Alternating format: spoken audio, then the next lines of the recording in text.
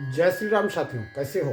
भगवान श्री राम की कृपा से आप सभी लोग स्वस्थ होंगे, प्रसन्न होंगे, आनंदित होंगे। आइए आज ज्योतिष के माध्यम से पवन शास्त्री के साथ जानते हैं जनवरी महीने में करने के कुछ विशेष उपाय, जिनके करने से हम अपने जीवन को सुखमय, आनंदमय और स्वस्थ बना सकते हैं। यदि आपको ज्योतिष शास्त्र पर विश्वास है तो आप इन उपायों को अवश्य करें, आपको अवश्य लाभ होगा। प्रथम, 6 जनवरी दिन शुक्रवार को जो पूर्णिमा है, ये विशिष्ट योग से बन रही है। इस दिन यदि आप मधु मिश्रित मतलब शहद मिलाकर के एक तांबे का लोटा लें, जिसमें करीबन 1.25 लीटर जल आ जाए, उसमें 27 ग्राम से ज़्यादा और लमसम 50 ग्राम तक आप शहद मिलाइए और शहद मिला करके आप चंद्र देवता को अर्घ्य दें सायंकालीन को, जिस समय चंद्रमा निकल रहा हो।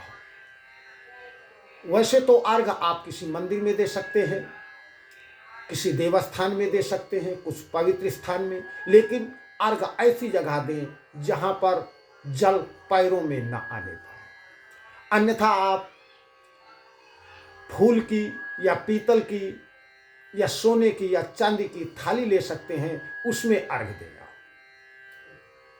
अगर ऐसा भी न हो सके तो आप गमले इत्यादि में चंद्र देवता को देखते हुए आप मधु मिश्रित जल से अर्घ्य देते हैं, अर्घ्य करते हैं, तो आपको बहुत ही लाभ होगा। ऐसा व्यास जी ने महाभारत में विशिष्ट लिखा है कि, और वैसे भी वेद कहता है, चंद्रमा मनसोजा तक्षु सूर्यो अजायता। चंद्रमा मन का कारक है, या यूं समझिए मन को संचालित करने वाला चंद्रमा है। और जब आप चंद्रमा को मधु मिश्रित जल से अर्घ्य देंगे तो आपको चंद्र देवता की कृपा प्राप्त होगी, आपका मन शांत रहेगा, आपका मन आनंदित रहेगा, आपका मन प्रसन्न रहेगा। और ऐसा माना जाता है, प्रसन्न मन से यदि कोई कार्य किया जाए तो सफलता अवश्य ही प्राप्त होती है। ऐसा योग बहुत ही कम मिलता है, जिससे हम अपने छोटा सा उपाय करके हम अपने जीवन को सुखी और आनंदित कर सकते हैं। तो आप शुक्रवार के दिन 6 जनवरी को सायंकालीन को मधु मिश्रित अर्घ्य कोई भी दे सकता है। इसे क्रिया योग कहते हैं। आप क्रिया योग करेंगे, कोई भी कहते हैं ना, कर्म प्रधान विश्व रचि राखा, जो जस करहि सो तुस फल चाखा। जो कर्म करता है तो उसको फल अवश्य ही प्राप्त होता है। और आप ये कर्म करेंगे तो आपके जीवन में कितनी भी घर में कलेश रहता हो, आर्थिक स्थिति खराब हो गई हो, कर्ज हो गया हो, लोग बीमार रहते हों, तो आप एक बार ये छोटा सा उपाय अवश्य करके देखिए। मेरे पूज्यपाद पिताजी का बताया हुआ और श्री वेद व्यास जी का पंचम वेद कह सकते हैं, महाभारत में लिखा हुआ है, इसको आप जरूर पालन करें। जानते हैं 21 जनवरी दिन शनिवार को माह की शनिश्चरी मौनी अमावस्या पड़ रही है। मौन का मतलब ही होता है मन को शांत, खाली बोली पर ही नहीं, मन को शांत, विचारों को शांत कर। मौनी अमावस्या वाले दिन आप सुबह ब्रह्म मुहूर्त में स्नान करें तो बहुत ही उत्तम है। गंगा स्नान का भी उत्तम फल होता है, और बहते हुए जल में स्नान करें, या फिर घड़ी में आप मौन होकर के आपको स्नान करना है और फिर सूर्य नारायण को अर्घ्य समर्पित करना है। उस जल में आप थोड़ी सी रोली, थोड़ी सी गुड़ या और लाल पुष्प और या फिर लाल मसूर की दाल आप समर्पित करें, आपको बहुत ही जीवन में लाभ होने वाला है। आप मौनी अमावस्या शनिवार को, शास्त्र ऐसा कहते हैं, जो भी दान धर्म पूजा पाठ किया जाता है तो इसका 16 गुना फल प्राप्त होता है। आप मौनी अमावस्या वाले दिन, शनिवार के दिन, यदि आप अपने घर में हनुमान जी का पाठ, सुंदरकांड का पाठ, रामचरितमानस का पाठ या स्वयं हनुमान जी को चोला चढ़ाते हैं, हनुमान जी को प्रसाद चढ़ाते हैं, हनुमान चालीसा का पाठ करते हैं, तो आपके जो काफ़ी दिनों से उलझे हुए कार्य हैं, रुके हुए कार्य हैं, वो आपके अवश्य होना प्रारंभ हो जाएगा। आप ऐसा एक बार करके तो देखें।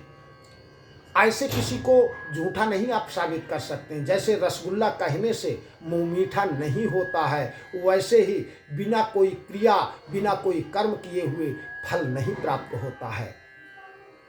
किसी संतों ने कहा है कि यदि हम अपने निजी अनुभवों से सीखेंगे तो जिंदगी बहुत छोटी पड़ जाएगी, इसलिए हमेशा व्यक्ति को दूसरे के अनुभवों से सीखना चाहिए, ऐसा चाणक्य जी ने भी कहा है।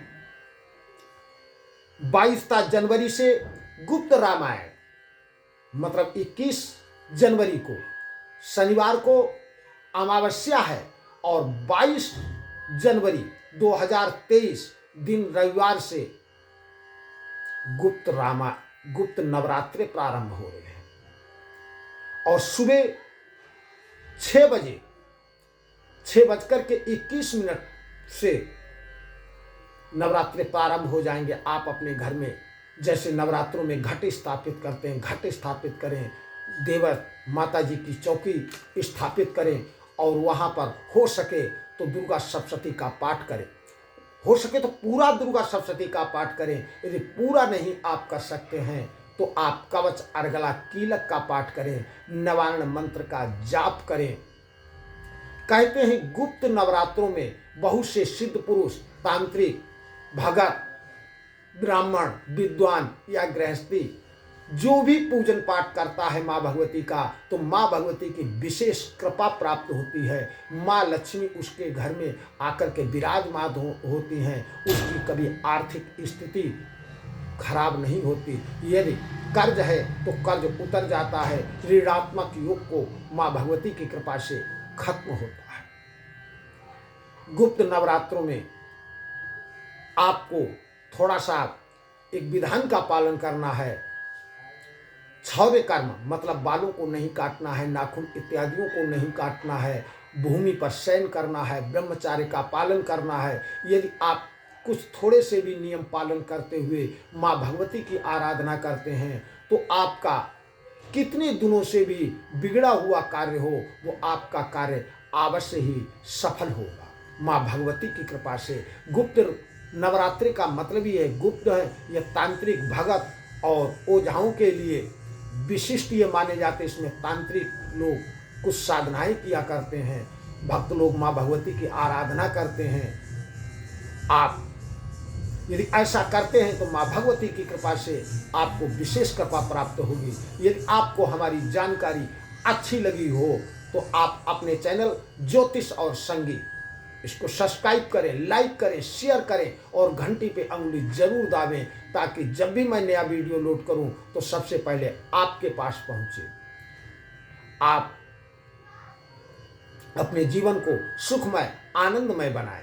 परमात्मा की कृपा से आप सभी लोग स्वस्थ होंगे, सुखी होंगे, आनंदित होंगे और माँ भगवती की कृपा आप सब पर बनी रहे, ऐसी माँ भगवती से प्रार्थना है। सभी दर्शकों को, सभी साथियों को पवन शास्त्री का जय श्री राम, जय श्री राम। भैया लोग जय।